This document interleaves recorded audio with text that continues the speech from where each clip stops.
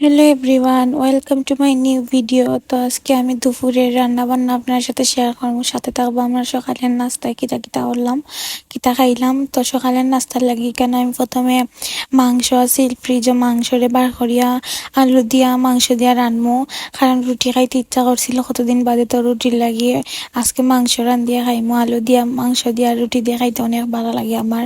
তারপর জাল জাল করিয়া আমি আজকে আমার মাংস রান্না, এখানে কিন্তু মুরগির মাংস নিছিলাম, আর হাড্ডি গুড্ডি দিয়া আর আলু দিয়া রানতে অনেক ভালো লাগে, খাইতে অনেক ভালো লাগে। তো এদিকে আমি তরকারিটা মাখাইয়া বইলাম সব রকম মশলা দিয়া। তারপরে এদিকে আমি রুটির লাগিয়ে এখন আমি ডো রেডি করলাম। তারপরে এখানে গরম পানি দিয়ে আমি দুটা রেডি করছিলাম সুন্দর হয় যাতে। তারপরে এখানে রুটিটা সুন্দর করে বলিলিমো, বলিয়া আমার এদিকে আমি দুপুরে রান্নার লাগি আজকে লতা রাঁধছিলাম। লতার লাগি প্রথমে লতা লইলাম আর আলু দিছিলাম লতার মাঝে, আর দিছিলাম মাছ। তারপরে লতার মাঝে মরিচ হলুদ ধনিয়া একটু দিয়া মাখাইয়া একটারে আমি বয়াইলিমো, আর দিলাইলাম পরিমাণ মতো লবণ। আর পেঁয়াজ রসুন দিতে ভুলে গেছিলাম, লাস্টে গিয়া মনে হয়েছিল যে না আমার পেঁয়াজ রসুন দিছি না।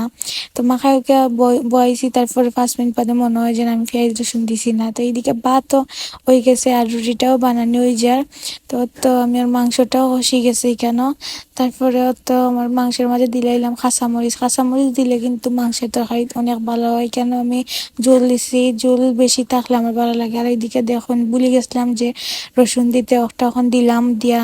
আর রসুনের মাঝে কিন্তু আমি শুটকিটাও পেস্ট করে দিলাইছি। তো এইদিকে আবার রুটিটারে আমি একটু সময় সেকিয়া তুলে নিলাম। আর তো আমার সকালের নাস্তা রেডি হয়ে গেল। এখানে আমার মাংস দিয়ে আর রুটি দিয়া খাইতে আমার অনেক ভালো লাগছে। তো আজকের ভিডিও কিরা লাগছে আর সে কোন থেকে দেখছে অবশ্যই জানাইবে। তো আজকে এই পর্যন্ত, আসসালামু আলাইকুম।